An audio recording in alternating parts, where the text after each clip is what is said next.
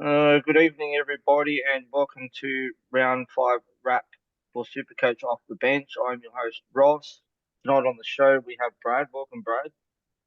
Hey, good evening. How'd you go this week, Brad?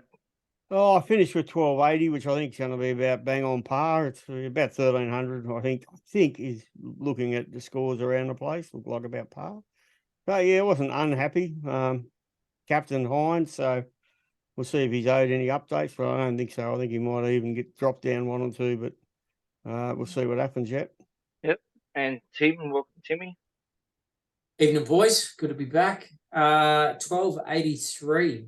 I've had 5 players play this afternoon, including Captain Nico. So we'll wait and see what happens there. But the last game was a bit interesting. I'll be interested to see if any players update much after that. Yep. And lastly, we've got Guy. Welcome, Guy. Evening, lads. How we going? How'd you go this week, Guy? I know you scored pretty well. Well, 1305. It's okay, but still lost a few head-to-head leagues. There's quite a few big scores. I ended up looping Cleary. Didn't have Hines, so kind of made the decision a little bit easier. But yeah.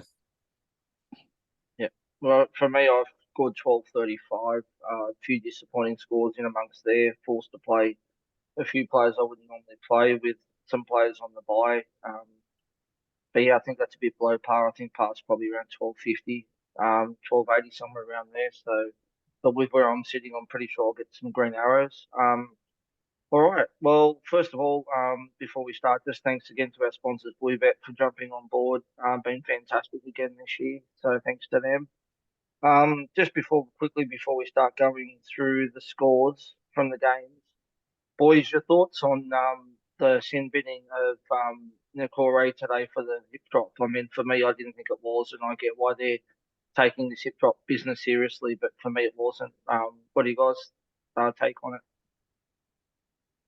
Well, personally, I thought that possibly a penalty would have sufficed in both cases, both those hip drops in the game. But that's just, it sort of spoils it a little bit, the game. It was such a great game, great spectacle. Seeing people get sent off for that, for me, was a bit disappointing. But yeah, I can understand why they're taking a stance on it. It's a bit like the head knock ones at the moment. Sometimes you only have to flick the chin, and they're depending upon who's in the bunker. They're going for 10, and other times it's getting ignored. So we'll wait and see where the consistency lands. That's my thoughts. It's interesting because if it's a lighter player that attempts it, sometimes there's a lot more hip drops because the weight of the player doesn't cause injury. It doesn't get seen as a hip drop. I don't think they were hip drops. Even at worst, I think it's a penalty. But the one on the Nicore in the Sharks game, the main issue was they went back a whole set to when it happened and then gave a penalty. So the worst case is they could have put him on report penalty, but they didn't have to go back all the way, 50 metres upfield where the previous set was.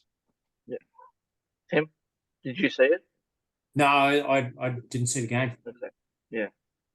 Yeah, look, it was a hard one, especially for Finucane to go. Obviously, they had to, bin him too, but to lose Finucane, within the last 10 minutes of a game that was so close as well, obviously didn't help. All right, anyway, we'll move on to the first game. So it was Roosters 28, Para 20, Tupu 94. Jackson Paulo continues on his run with 87, Somali 86, Sam Walker 82, and Lindsay Collins been impressive too as well, 72. Obviously, the disappointments in that game was Teddy with 22, obviously going off with that HIA. Other than that, there was some pretty subpar scores. Even Butcher 43, another one. But other than that, that's it. But boys, I've been pretty impressed by Lindsay Collins. I did start him, or didn't start him. I bought him in like round 2 and then sold him because I had the buy. But I think he's definitely one to be looking at some stage if you're looking for a front rower. I think he's a good trade-in, but I think the issue with Lindsay Collins is going to be he's just about guaranteed a Queensland Origin spot, and what you've got another 6 weeks or something before the guys go into camp. So look, it's probably not somebody that I could do unless you wanted like a short-term cash grab to shore things up for the next month or so. But yeah, I mean, at least they've got their buy out of the way, their first buy out of the way. So look, I could understand why you'd look at him, but at the moment, probably not for me. Yeah, he's going to be priced a bit over 500 now. It's a hard one, that one. I think his price this week looks like being about 520. His break even was 40 this week, so they made the break even easy. So I don't know how many more price increases really he's got in front of him before you're going to start seeing a roller coaster where he's peaked his price and he starts slipping down. Yeah, I wouldn't mind getting him a couple of weeks ago, mind you, even with the buy. I kind of regret. I kind of wish I had held on to him, to be honest with you. But the issue with me is I didn't want to have to play. I had Moali or Pele as my other backups, and I didn't want to have to play either of them. So it's kind of a forced trade, really. But Guy. Yeah, I think I definitely would have been happier starting him over, say, a Welch for mid 400, similar price. But I don't think he's buying. As Timmy said, starting to look towards the buy. I think the two premium front rowers you should be looking at is probably Tohu and Taps for that first buy. But yeah, I probably wouldn't go him now. There was a few you mentioned who I did like in the game. Maddo, Sawali, and I'll probably keep an eye on Dylan Brown and Teddy with their low scores who will drop a bit in cash. Yeah, I was hoping Dylan Brown wouldn't get that chunk at the end. I know, Tim, you were pretty desperate for that, but I was hoping to see the price keep dropping and keep looking to pick him up towards Origin. So, just one more on this Just game. over Yep, the next six games for the Roosters, they've got Melbourne, the Sharks, the Dragons, Warriors, Cowboys, Panthers into round 11. So yeah, some pretty tough teams with some decent forward packs there. So it's yeah, I think that the Roosters are just going to. I think they're slowly building and getting better and better each week. So look, Lindsay Collins does need to play well, and I think he's probably got a point to prove to make sure he shores up an Origin spot. So yeah, look, not a bad shout, Roscoe. boys, your thoughts on Jermaine Hopgood? Obviously, 47 this week. Just got his break even, which I think was about 43. So he'll make about another 30k, which will put him about 580k. It's nearly at sell territory now. Obviously, coming with Origin coming up, around about round 13, you want to have him because they're going to be missing Paulo, they'll be missing RCG. So he potentially plays 80 minutes over that bye. Your thoughts on a sell and then bringing him back? I think it's you go, Guy. I think it's a bit of a waste of a trade personally, especially when you want to bring him back. 580k at worst, I think you probably wouldn't drop below 500. Yeah, I just think when there's Maddo and other people you want to look for the buy, I don't think you should start selling your buy players now with the intent of buying them back. Yep, Brad. Yeah, I'm going to write. Yeah, just watch out on the off the bench Facebook page, everyone, because there will be an article as usual this week. I'm sure Timmy's got a few factor coming out, and I'll have my usual PPM. But this week's will be about, is it time to sell? So it's funny that you mentioned this, Roscoe, because that's exactly what Hopgood is one of the ones that falls into that. There's a good argument to sell. There's a good argument, as Guy just said, not to sell. So yeah, we'll go through a fair bit of that in the article as to the pros and cons of selling and what to do there. I don't think he's necessarily a season-long keeper anymore. Yeah, I'm a bit worried about the minutes there, but we'll see. Yeah. Look, I think he's a good trade, good hold, like Guy said. If you are going to hold him until after Origin, then upgrading him to like a Cam Murray or another gun like that, that's going to hopefully drop a bit of cash by then. Tim? Yeah, look, the only thing I would say is his minutes have been down.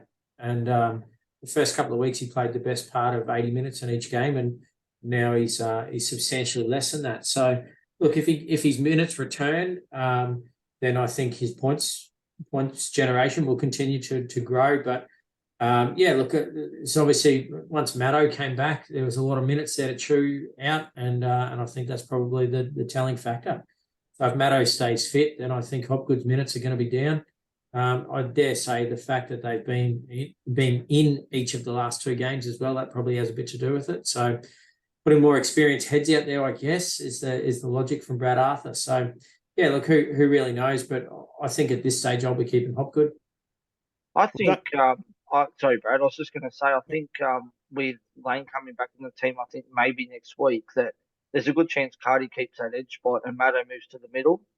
So I don't know, were you going to say something on that, Brad, as well? Or? It's 100% what I was going to say, so I'll just leave it. I'd love Maddo even more if he did go in the middle. He's a great worker. Mm. I couldn't do it now with his head knocks, but a bit closer to the bye, definitely. Yeah. Alrighty, next game, Canberra 12, Panthers 53. Not much to say other than the Raiders' defence is about as good as the Tigers at the moment and a few other teams. Targo 142, he was just absolutely outstanding. Cleary 124, Hoskin 80, Sorensen, Guy, your mate 77, and Luai 77. Wow, yeah, geez, I saw a lot of people trading Hoskin this week. Was obviously a bit risky given, that Garner's due to come back and Martin's due to come back, but I don't know what Cleary's going to do. He's got himself in a bit of a pickle here. Whether obviously Martin will come back straight into the side, but does Garner come back in, or does Hoskin hold the spot? What do you think's going to happen, Brad? Or Look, who knows? That's very difficult. I'll give a shout out again to Scotty Sorensen. I did write about him pre-season. He has a really good PPM. He's a good worker. It's just a pity he doesn't get more minutes, and I just can't go him because of that. But geez, I wish he would, get a bit more minutes there. It's a bit of a log jam, so I couldn't. It's a no for Hosking for me, so I'm staying away. Guy? Yeah, if named on the edge, I'll probably go Hosking. It all depends who you're selling. I wouldn't sell Hopgood or someone like that for him. But as Timbo mentioned before, I've got Carrigan and Dory, 2 people in the second row who I'd be happy to sell. So Hosking could be, an easy way to a gun because he'll make a fair bit of cash. So yeah, he's one I'm looking at. Also, I just keep going back to Brian Toto. I've got 3 guns and a wings. I'd love to just shore it up with a 4th. They scored 50 odd points. He couldn't get a try or a line break, but he still put up 65 points, 14 in tackle busts. So yeah, he's just one I'd love to get. Yep, Timbo. Yeah, look, like Guy just mentioned, we had a quick chat about it before the show. I've got Carrigan at the moment. I'm not really sure what to do with him. He's obviously a solid player, and I really like him, especially as a future Broncos captain. But look, that's the thing I'm toying with this week. Maybe a downgrade to Hoskins if he holds his spot, and then could possibly turn Christian Welch up into Tapine. I think the money works out between those 2 trades, even at trade neutral. So it's something that I'm tossing up at the moment. But I'd like to put a bit more money into my centre wing and probably try and shore that up a little bit more and stop playing the bloody centre wing roulette. Yep. It's Tapane is certainly on the radar. I know me and Guy have had a little bit of discussion during the week about it, but that's what is he 660 at the moment. He'll drop again. He's going to be close to his buy level. You know what I mean? Yeah, does play the first buy. I'm a fan. You could wait a week or 2 if you've got other plans, but definitely bringing him before that first buy. Yeah. It's normally about now where he starts to slightly increase those minutes. I mean, we're only talking 5 minutes a game, but it does seem to make that big difference with him. It's a difference between a 65 and a 75 for those extra 5 to 8 minutes that he gets. So, I mean, on average, I think so far off the top of my head, I think he was averaging about 48 minutes, and last season's average was about 52. So there's not a great deal in it, but it just does seem to give him that little bit more control of the ball. But it's it's 3 extra tackles and it's probably 3 extra hit-ups and just what he does with those.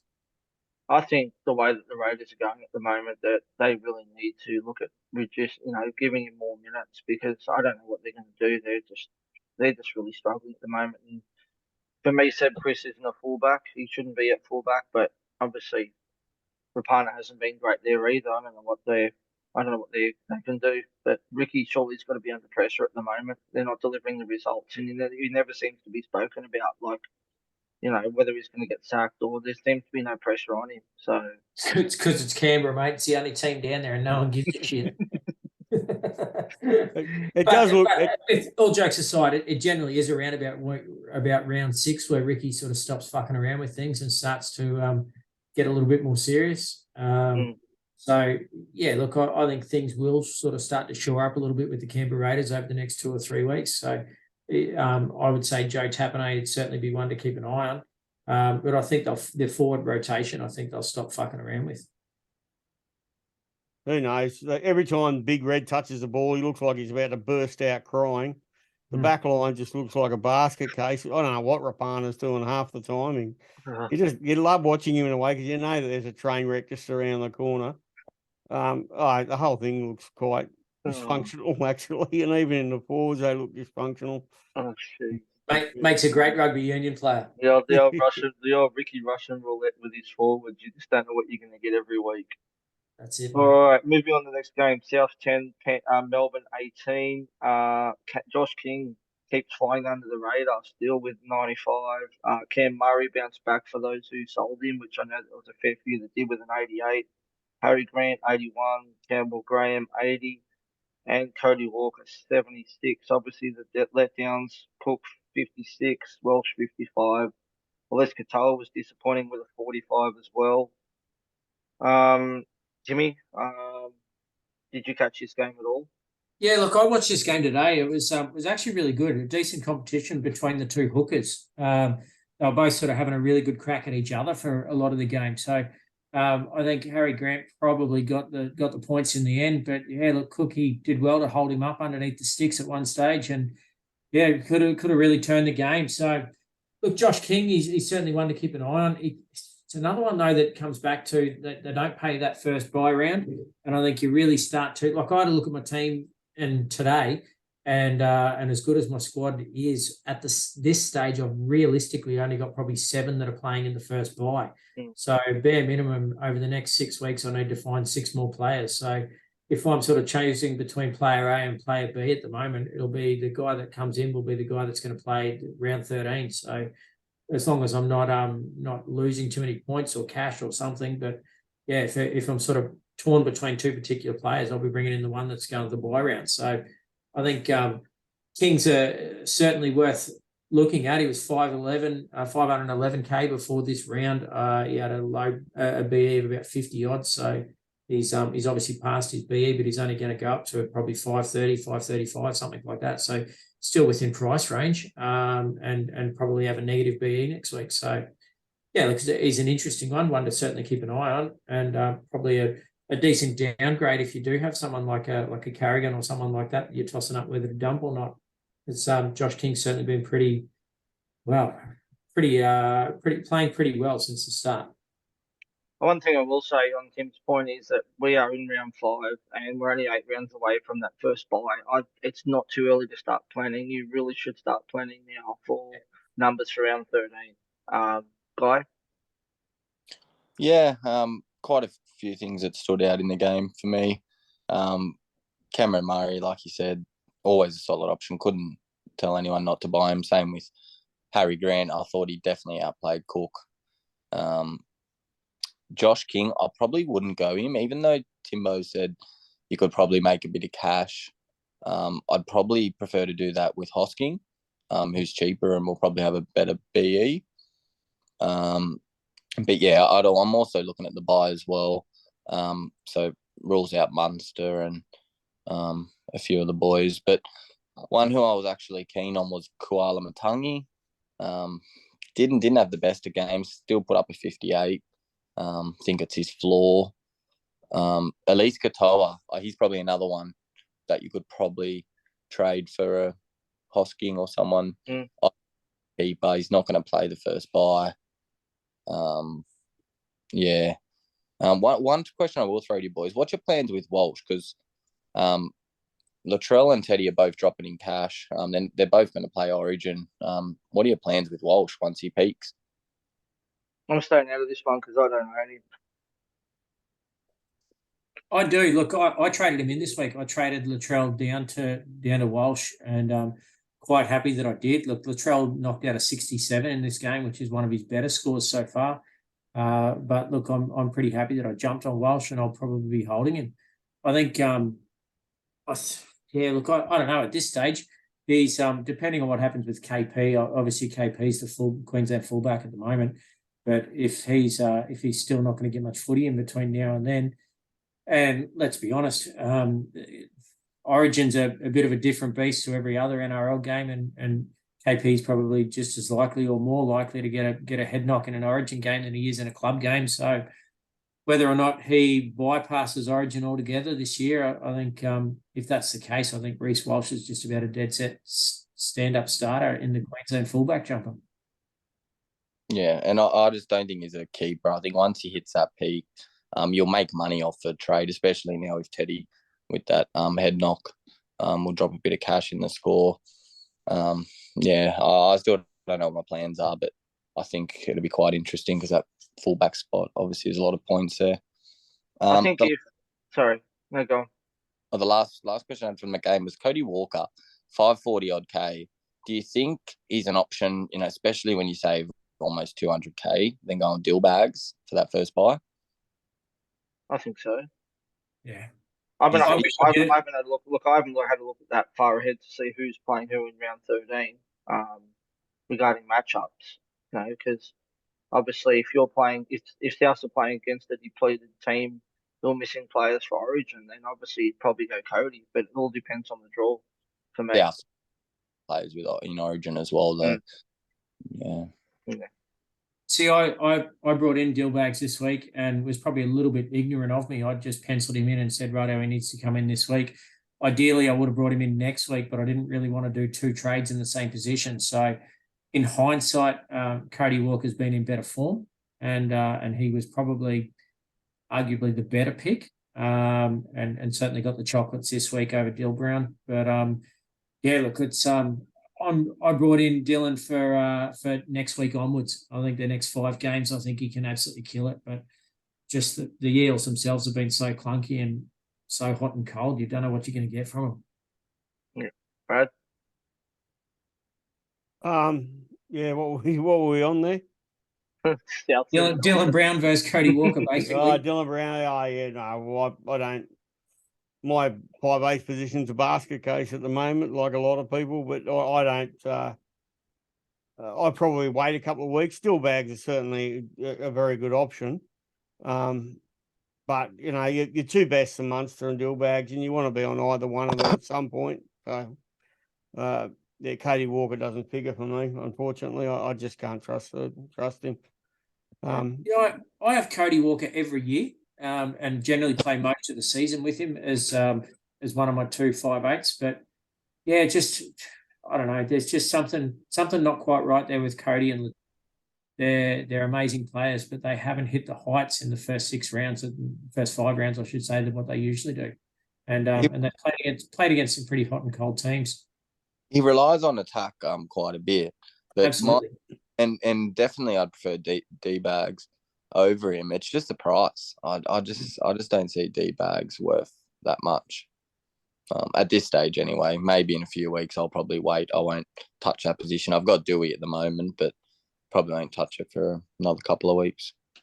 Yeah, one name I'm going to chuck in there is Alex Johnson. Obviously, he went off with the HIA and he'll miss next week, but he's going to be rock bottom in about probably 2 to 3 weeks. He's going to be around about 550K.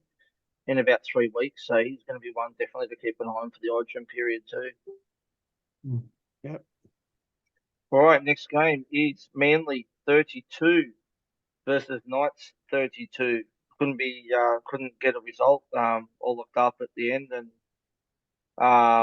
then in the golden point, and nothing could be decided from that game. Dom Young, what a return to him from back to first grade. 4 tries, 148 points.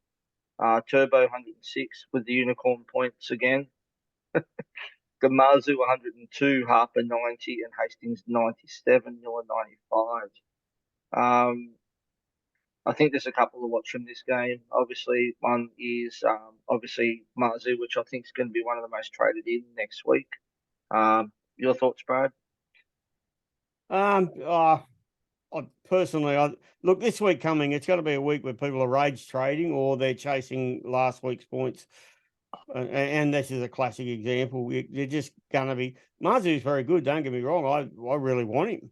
But I think just to be trading him for the sake of trading him, you're chasing last week's points. That's, and there's a few examples of what that coming this week. You're going to get a few people chasing. That's my immediate thought. Unless you're desperate for something there, yeah, I don't know. What's your thoughts on Lockie Miller, Brad? Do you think it's too late to be jumping on him now? Well, geez, I like him. I think he has a very super coach friendly game. As a player, I see some really defensive lapses in his game. He runs way too sideways. He doesn't take it. He doesn't. But that's a league thing versus a union thing, I think, and a sevens thing where he comes from. So he runs sideways a lot, looking for holes, etc. Where you'd want him to be a bit more like a Teddy, or even a Turbo, especially where they get a bit more forward running in them, and hit the line. But Jesus, he gets a lot of nice little line breaks. He gets a lot of those super coach friendly stats that really help him. So I think, geez, you could go a lot worse. I prefer him over Marzu in my centres. Let me put it that way. Timbo? Yeah, look, it's just looking at the draw. The next 6 games the Knights they've got Warriors, then they've got Panthers, Cowboys, Para, Gold Coast, Sharks, back to Manly. Yeah, look, I'm not convinced that's necessarily the best draw for a bloke like Marju. I think they might get some points in the Warriors game, but I think Panthers, even though they've not hit their straps yet, I think the Panthers could really do a number on Newcastle. Like that game yesterday was just going to be a points-a-thon. It could have been 50 or it could have been 100 or who freaking knows, but you knew from kickoff that there was absolutely going to be points in that game. So yeah, it seemed to be the game that no one really wanted to tackle. They were just trying. It was like watching an under-20s game. They were just trying to score as many points as they possibly could and make sure they scored more points than the other team. So look, I think the draw for Newcastle coming up. Like if you wanted Newcastle players, I think the first 5 rounds, 6 rounds was the right time to get them. I'm not convinced this next 6 rounds is the right time to picking up Newcastle players. Yeah, with that draw, I think you probably go Miller over Marzu. Obviously, he's more expensive, but you know what you're going to get out of Miller. Marzu, few defensive laps, and yeah, I know, Guy. I'll go to you next time. You're pretty keen on Marzu this week. Yeah, definitely. I disagree with both of you. Marzu, he scored 122 last week and now another 102 this week. So I just think it's more not about chasing points. It's more about the cash. Just like we did with Kiraz, bought him, even though it was a bit pricier with those scores, he's just going to make cash. He had 18 points in just tackle busts alone. I think just he's hard to tackle as no matter who he comes up against. And yeah, I just think just the cash, and even potentially you'll probably hold him for that first buy. But yeah, I also like Lockie Miller, but I'd probably bring in Marzu first only because Marzu will make the 100K and 100K cheaper. Then yeah, he'd make the 100K and then you could go to a Miller or because he won't be going up too much more Miller because he's already almost at 700K.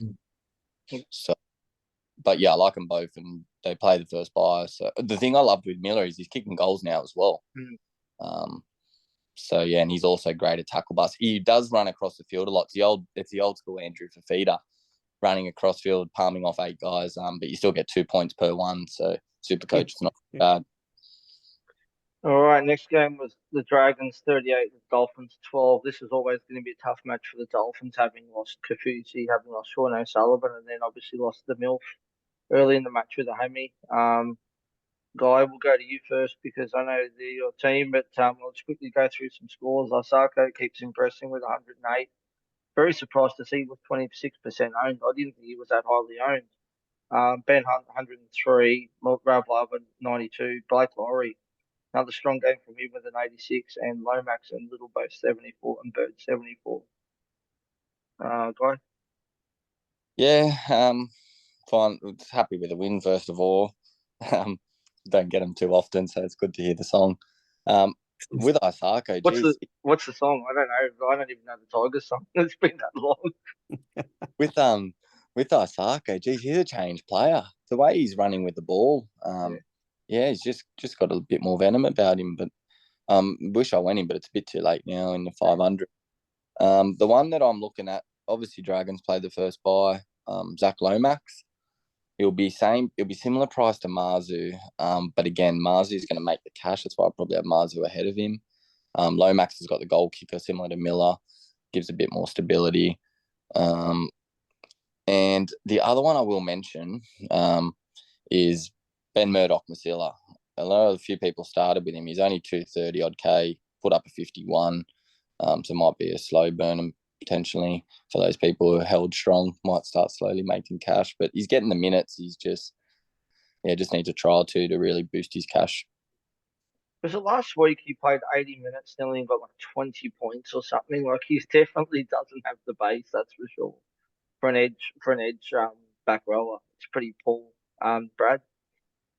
Yeah, his PPM's has been pretty awful. And I think throughout his career, and this is only just go off the top of my head, I think I did look at him in the beginning of the year, and I think he's around about 0.6, which is not really one you want there for a long time, particularly given how many minutes he possibly is going to play. It might be a good cash burn. He might just slowly increase. He's probably better off than Moulay or Pele and a few others. I think definitely, but yeah, he's got that. Yeah. But yeah, the one I liked in the game is actually Bird. Starting this week, 74. He's got that nice jewel about him. He could go worse. He won't play State of Origin. Quite pricey. Yeah, look, just looking at Jermaine Osako, I went hammer when I had the option to take one or the other and took hammer just because it was just cheaper, basically. But this week, he's 510, 400. This week, he had a BE of 29, so he's obviously exceeded that by 70 plus. So he'll be probably just under 550 for next round. Their next 6 games, they've got Cowboys, Bunnies, Gold Coast, Raiders, Sharks, Melbourne. So a pretty tough draw, but he just seems to be getting points. So look, if you're looking for a cheaper option or a downgrade, maybe a second rower and move someone around or something like that to strengthen your centre wing, he's not a bad shout. And he'll probably still keep a low BE for a little while longer. Brad, what's your thoughts on Lumi? Like he's now got the dual position next round. He'll go up to about 430k. Do we still think he's worth looking at? I wish I got him. I wish I had room to get him. I wish I got him last week when I said that he was a good pickup. That was the time, or even the week before. I'm not sure whether this coming week, whether we've missed the boat on him or not. He's gonna potentially. What is he now? He's around about. He'll be about 430k after this week. Oh, that's still achievable. I mean, he had a -9 break even, so he's gonna, he's gonna still have a very low break even with that score that he's got. Look, he's a nice jewel, and it's handy to have that jewel in your centres, no doubt. Do they play the first bye, the Dolphins? Tim, you can have. I'll bring it back up in a second. You guys keep talking. If he plays the first bye, then probably is one to be seriously have a good think about. I mean, say with the bye round, they're only going to count your best 13. Correct. So you don't have to have positional. In years gone by, we had to think about, okay, we need a halfback, we need a fullback. Well, you don't need that now. You just need your best 13. So, you can have them, you can stack your second row or wingers or whatever you want. Okay, sorry, Tim, but I found No, that no. I think. Sorry, Brad. just to Dolphins correct- do play the first bye round against the Dragons too. Yeah, Okay. they do. Hmm. Yep. Brad, I think I was talking to somebody about this in the Podmasters chat during the week, and I brought up the same question, and the unofficial response came back that it's going to pick your best 13, but you have to have like at least 12 of those 13 obviously selected as in your run on side and or your bench. It's not going to take your 25 players and just crunch the numbers and give you the best 13. So you still have to essentially pick your 17 players and you'll get your 1 AE, but it'll work it out that way. Yeah, it's the same as let's say let's say you've got 17 players picked, it will give you your best 13 scores from the 17 players picked. Mm. So if you sort of run out of reserve spots or something like that, then it's not going to give you the extra points. But surely with 13 players, you'd be able to move your team around. I can't imagine you're going to have 7 centre wings and then bloody 6 other scoring positions.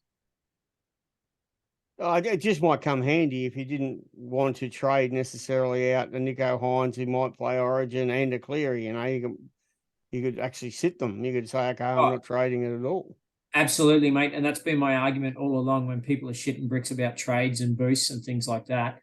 I think it's going to be much, much easier this year, which is annoying for someone like myself who likes to plan 6 weeks in advance. But I think this year's buys are going to be much easier to plan than the buys ever used to be.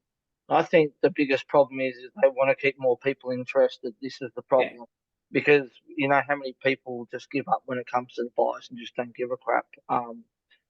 But for those overall players, which a lot of us are, it certainly makes things a lot easier this year. That's for sure. Yeah. All right, we'll move on to the next game. Timmy's Broncos 46 versus my crappy Tigers 12. I'm not saying much on this game because I was at the pub watching the game and I left by half time. That's how pissed off I was. Oh, fantastic. Pissed off. Yeah, look, it was a good game to be at. The Broncos are playing really, really well. Payne Haas was an absolute machine, even though he still didn't get a hell of a lot of minutes. What do you get? 97. Yeah, nice. I'll just quickly run through 95 the scores, points Timmy. in 46 minutes. I'll just run through the scores quickly, Timmy. So Haas 95 in 46 minutes. Walsh 95. Jordan Ricky not 79 with 2 tries. Reynolds 76 and IPAP with a 70. So yeah, Timmy, you can continue on now. Yeah, look, it was a good game to watch. One that I was really interested and spent a fair bit of time watching pretty closely was actually Uda Kamano. The guy was a machine, and he it was good to watch. You can see what they're trying to do with him. They're trying to turn him into a Payne Haas type player, just a really big mobile body, trying to give him minutes and trying to give him as much ball as they can in the middle of the park. But he just in the end, it just sort of became ineffective, I think. So he was sort of one to watch because I've got him in my team. But yeah, he looked good, but just didn't seem to get the super coach points that I was expecting. Look, Payne Haas was just a machine. I honestly thought the outside backs would have scored much better after the game. When I looked at Supercoach, I was expecting Staggs and Cobbo and Co to be up near 100. So to see them, Cobbo got a 41 and Staggs a 51. I really thought they were going to be scored much higher than that. So I'll be interested to see if there's any more updates that come in tomorrow. But yeah, it's they seem to be heavily involved, but just didn't get the points. Tui's another one who just keeps ticking away for those who hold on to him, like myself, getting a 41 in the side that got absolutely thrashed again. So for me, he's not a priority trade at the moment. I'm happy to hang on to him at the moment because 5'8's a bit of a cluster position at the moment, unless you can bring in a couple of guns. We'll go to you next, guy. Yeah, on Dewey, I'll probably hold him for another couple of weeks till they've got the bye. That's when I'll flog him. Not interested on any Tigers. They don't play the first bye. I know Broncos do, but there's probably not too much that interests me. Obviously, I've got Walsh. We'll be seeing. It's going to be hard to know if he's actually going to play Origin or not. Selwyn Cobbo, I mean, he's scored 41 with a try. It's quite pathetic. He's probably going to drop, 100K from his starting price. Similar to a Stags, but they're quite risky as a play. So yeah, I'm not really interested in much here. Brad? Yeah, nothing much more to say on the game that you guys haven't said. Ricky with 2 tries and only 79. Mm. Yeah, but that just points at where his base is at. I don't think many coaches really have him at any rate. Stags. People are going to be trying to trade him in this week. I can just see it. But you'll be chasing again last week's points. I still think Herbie's the better of the outside backs. You beat me to it. You beat me to it. Yeah, look, I spooked him all through the off season, and obviously with his injury last year, and was really looking forward to it. I just couldn't get him in at the start due to going different other directions. But I think Herbie's the best outside back that we've got, and I think at the moment he's going to be a really big loss when he goes to Dolphins next year. The fact that we promised Herbie fullback and then got Reece Walsh. I mean, I totally understand why the Broncos did it, but obviously that got Herbie's nose out of joint a little bit. He was basically promised the jersey this year, and well, that's my understanding anyway. Promised the jersey, and didn't eventuate that way. So look, I understand why he's moving on, but I think he's actually going to be a bit of a loss for us. So do you think that Hammer will end up moving to the wing or centres next year and Herbie goes to fullback? Is that the plan for the Dolphins? The Hammer, did you say? Yeah. Yeah, look, I don't really know, mate. It's I think that a lot of the Dolphins players, I think they probably picked them up on the short-term foresight type thing. They just needed to get the team under wraps and team on the field. So I'll be really interested to see what happens next year, because obviously Tommy Flegler's leaving the Broncos and going there as well, but they've got a fairly stacked forward pack at the moment. So what's going to happen with the Dolphins forwards? Who knows? I mean, obviously the Bromwich boys aren't getting any younger, but they're doing pretty well at the moment. Well, the other interesting thing is they've signed him as a fullback, but also the Dogs did that with Adokar, and he never played fullback either. Just paid him fullback wages. So yeah, it'll be interesting to see what happens. I still think Hammer will be fullback next year. I'd even have Osako at fullback before for Farmworth too. But anyway, all right, we'll move on to the Sunday games. 2 cracking games, absolute belters. The Sharks were leading 20-0 against the Warriors and end up losing 30-32. Sean Johnson, mate, talk about bloody winding back the clock. 117 points. He just keeps flying under the radar. I don't think he's very highly owned. I mean, obviously that half-back position, you want to have Cleary and Hines, but if you're looking for Uber pilot, he's the man. Then you had Kennedy with 90, Hines 85, which he had 78 of them in the first half. Mulatalo, Mr. Error 77, and Tavanga 73. Couple of low pass scores there with a couple of players, but other than that, Brad, your thought on this game? Oh, it's a cracking game. I loved it. It was Sean Johnson is an ultra prod. I signalled him as an ultra prod at the beginning of the year, but it's almost impossible to have if you're going to run with your Cleary and your Hines, which a lot of the top teams are going to be running with. Jazz Tavaka, he keeps going all right. Wade Egan scored another try. It's unbelievable, isn't he? He just, he's one that got away on me, but he just keeps scoring tries. The back line of the Sharks is going to be interesting to see which player is going to be. Look, I've got my eyes. I don't mind Ramian. I know he's a bit of a ball hog at times, but I certainly got my eyes sort of half on him. It's quite an interesting one. Jackson Ford, well, what did he get? 42, so that would have burnt a few players out there. Yeah, I'm not sure he's not owed a few things here or there, but we'll see what happens with him. He did seem very involved in the game, just not a great Super Goats friendly score for him, I think. Yeah, well, one that I'm going to keep my eye on from this game, and he keeps leaking cash every week. Sione Katoa, he's under 500k next week. He might be one to definitely keep an eye on, for sure. Timmy? Yeah, let's just looking at the Warriors draw. The next 6 weeks, they've got Newcastle, Cowboys, Storm, Roosters, Panthers, Bulldogs. Mm. So that's a pretty tough draw for the Warriors. I know they've been really good defensively, but the fact that that they put 32, well, they had 32 points scored against them today. Obviously, the Newcastle game next week is going to be a bit interesting. That could be another bloody 30-all game. But then after that, Cowboys, Storm, Roosters, Panthers. I mean, that's a pretty tough run for any team to go on. And I think they've got 2 home games of that. So the Cowboys in round 7 at Mount Smart and the Roosters in round 9 at Mount Smart. So they do play the bye. So if you are looking at Warriors players, they do play that first bye round. So somebody like Sean Johnson could be a sneaky pod play at some stage if Nathan Cleary and Nico Hines end up going into New South Wales jumpers, then a 1 week play of one or the other down to SJ. Make sure you keep your cash there. Could be worth a play. They got the Broncos at MP, wherever the hell that is, not Mount Smart, obviously, for round 13. Guy? Yeah, I think Nico's obviously the must-have from Cronulla. Apart from that, they don't play the first bye. I think Teague Wilton, 56 with a try. I think once he peaks, he'll probably sell. I do like this young Katoa call, but again, I'd probably wait till after that first bye. Sharks play the second and third, so 16 and 19. So maybe in round 14, you'd look a lot more to them. On the Warriors side, obviously got Ford, probably just hold him towards the buy as well. The other one that I was looking at was AFB.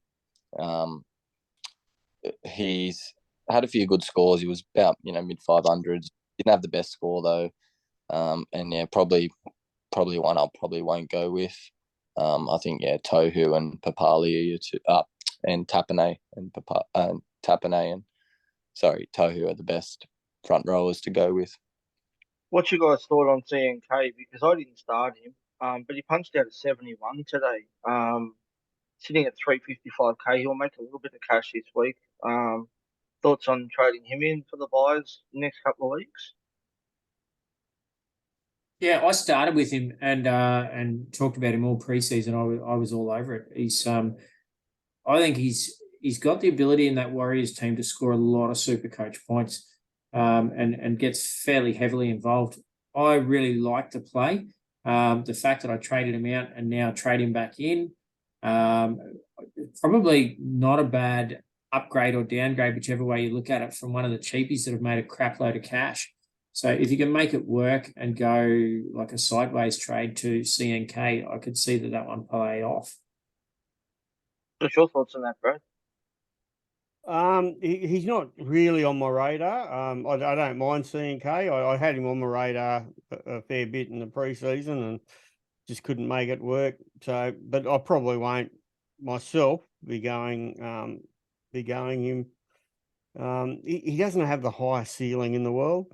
So he's just going to slowly build up some cash, and then you're going to sell him at some point. But if you got room for him and you want that to happen and sell him straight after the first buy, and he's not such a bad option. No. Yeah.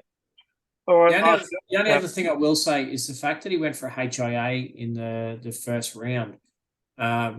Just keep a bit of an eye on those players, because obviously with the new ruling, basically each time they get a HIA, that it's they're going to sit further, like they're going to sit out longer and longer and longer as time progresses. So just keep an eye on that one. Any players that have, if you're, again, like a 50-50 tossing up whether to trade someone in or not, if they failed a HIA this year, I'd probably be keeping that as a con, that's for sure. Yeah. All right, last game of the round, another bell ringer was the Dogs 15, Cowboys 14. Dogs scored pretty much on full time to get it to 14-all, and poor old Burton, with his conversion, hit the upright and missed, but he made up for it in the extra time, nailing a field goal from about 40 out near the sideline. Preston, absolutely outstanding, 111 points. I checked today, only about 26% of his owners played him, which has got to hurt a few. Burton 76, Lukey 75, Nime 74, Karaz again 73 points, pretty much from pure base, just in hit ups and stuff. So no attacking stats really there for him. And Adokar and Robson with 71 each as well. Holmes punched another way of 59 for those who own him, and Alwani, I've got a feeling he's owed points. We spoke about this before the pod. Brad and I were saying that he was on about nearly 30 points before that last line break assist and his and try assist, so he should go up a bit. But your thoughts on this game, Brad? Oh, look, it's a cracking game. Yeah, all Preston owners, whether you played him or not, should be very, very happy. Matt Burton finally got a good score, sort of rolling along. Holmes, like we said, we're unsure whether he's basically hit his BE, so he's not going to really drop any cash or make any cash. So those that are holding him will have him in their team. Certainly not an urgent sell. It's not like he's going to be leaking 20,000, 30, 40, 50,000 next week. He should just stay around about the same sort of value. It'll be interesting to see how the forwards line up next week for the Bulldogs.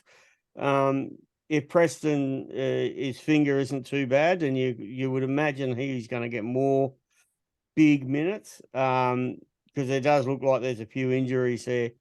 Who do we have here? Patella Mariner. He went off.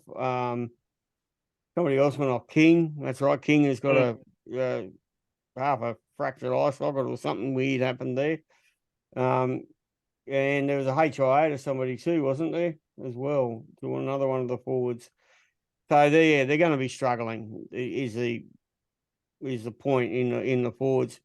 TPJ maybe back next week. Anyone know?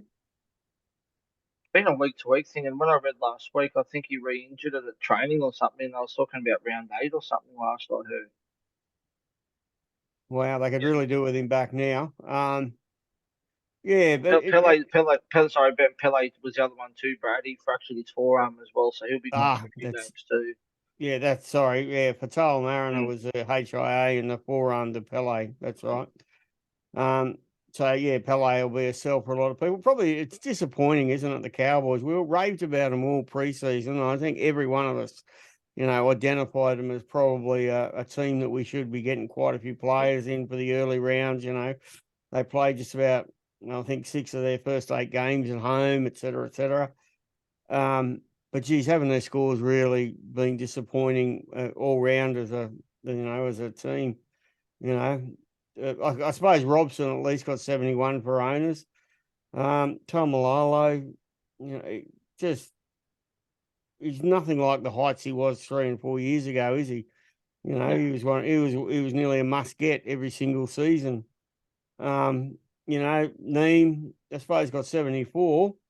Neelam Lukey. Lukey is a cracking player. Right, give him some minutes, up there. If he does get more consistent minutes, Lukey, he could be one to really sort of put in your little black book and consider at some stage. Only 450 at the moment, but that's going to start and rise probably. Only just made his BE this week though, but Lukey's certainly one that's in my little black book to keep a watch of. Yeah, he's certainly in my black book after today, especially given they play round 13 too. So he's definitely one to keep an eye on for sure, I reckon. Guy? Yeah, it was good to see Preston with a big score make quite a bit of cash soon. It's interesting with the Dogs players, as they don't play the first bye, what the long-term plans for them are. Same with Kiraz, a lot of people looking to cash in and downgrade, 200K and get a Marzu, which is what I'm looking at. But he's just putting up keeper scores. I mean, he had 37 points in just runs alone. So yeah, I'm still deciding whether I'm not going to hold him or, budget or trade in the cash for someone else. one person that Brad touched on was Robson. He's one I've been looking at. Obviously, everyone's got Harry Grant, but they do play that first bye, and I think he's probably the best option when you take out Grant and Cook from that hooker spot. So mid 600s, you can wait for him, but yeah, he's not the worst option. I don't mind people going him. One smoky I will throw at you. Kyle Felt. Now he's going to be about 350k, dropped more than 150k from his starting price. He's only scored 18, so he's going to have another massive BE. If he drops into the 200ks, he'd be almost a cheapie, and he does play that first bye. I don't know what's happened to him, but yeah, just terrible scores. But do you think any chance he'll get a few tries? Surely he'll have to get some sooner or later. I think once Drinkwater comes back, mate, he's absolutely a shout. If Drinky's back next week, so their next 6 games, they've got Dolphins, Warriors, Newcastle, then Sharks, Roosters, St. George, Tigers. Mate, I would be absolutely all over Kyle Felt at 300k. When you look at some of the cheapy options that you've got and a sideways trade, or even going to him and banking some cash, yeah, absolutely. I could see you playing him against some of those teams over the next 6 weeks. That's for sure. You play him in a matchup. If you can get him cheap enough, just play him in matchups. But yeah, the matchups thing I agree with, but it would just be hard. I think once you bring Drinkwater in and they start that sweeping play again, he's on the end of the back line and he will absolutely reap the benefits. So I don't think it's necessarily a matchup thing. I think you could just about play him week to week. Is he on Hiku's side? Because Hiku is another one that seems to be a hog that doesn't like to pass the ball much either. But I think Drinkwater cuts out Hiku most of the time, doesn't he? In the sweeping play across and just picks up the winger. Yeah. He always used to score a lot of tries. Like, he'd always been anytime try. Or great in the air as well. I mean, he scores a 24, 25, 30, 19, and now an 18. So yeah, just hasn't scored any tries or got any ball or anything. So he's picked up the top try scorer multiple times, hasn't he? NRL's top try scorer at the end of the season. I don't know if he's playing with an injury or something. It just doesn't seem right this year. Yeah, I'll probably ball's getting there. At that price, you could just hold him, and he's got good job security, so he'll play in that buy. Yeah, Brad, you guys. Oh, I was just going to say he's a grub. That's what's wrong with him. Did you see him stay down to try and milk that penalty today too? Oh my God, seriously. He's a fair dinkum grub. I don't like grubs in my team. I won't be getting him. Bugger it. He could be 100 grand and I won't get him.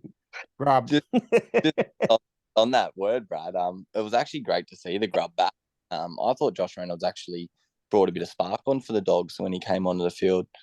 Wasn't that bad to watch. And also, have to give massive credit to Maxi King. Geez, coming back with that eye. It's unbelievable. Yeah, great strength. So well done, Maxi. I thought there was no way he was coming back on. When he went off that field, he couldn't even keep his eye open. It was just dead set. Bang. And I think also with Preston too, because they thought it was a dislocated finger, but he actually split the webbing in his finger and had to be stitched up at half time. So massive effort for him to come back on too. I mean, obviously they were already short with RFM going off with HIA and failing that and losing Pele too. So I think some magic water and scoring a couple of tries always makes things feel a bit nicer. Yeah. Anyone else from that game, Timmy, that you? Yeah, look, Hiluki was an interesting one. We were talking about him last week, and obviously at the start of last season, he was the better of the 2 second rowers with the Cowboys until he got injured. So he's definitely one that like I said, we talked about him last week. He's definitely one that's been penciled in for me. So I'll just go back to him. I just closed him down. So he's currently sitting at 450k. He had a break even of 77, so he doesn't quite hit that. And but yeah, at 450k could be a handy downgrade. I actually like Max King, the guy we just spoke about as well. I know that he doesn't play 13, but he's been flying under the radar this year too. I kind of wish I'd have started him as well, but would have been another handy year to have both those Kings. Yeah, Max and Josh. And he's dual too, which is handy. So a Maxi King and Lindsay Collins would have been a great combo. Saved you a buttload of cash. Yeah. Well, that's all the games gone through this week. I guess let's talk BC and C options for next week, shall we? If you guys look that far ahead, I know I haven't yet. I'm about to jump in and have a look at the draw now. Brad, have you looked that far ahead yet for next week? No, not really. But I mean, there's a few there's a few really enticing matchups there. Playing late in the round. Oh, geez, playing late. It's Tough game. hard. Some tough matchups because Penrith play Manly too. Yeah, I don't mind Fafita as your captain option late.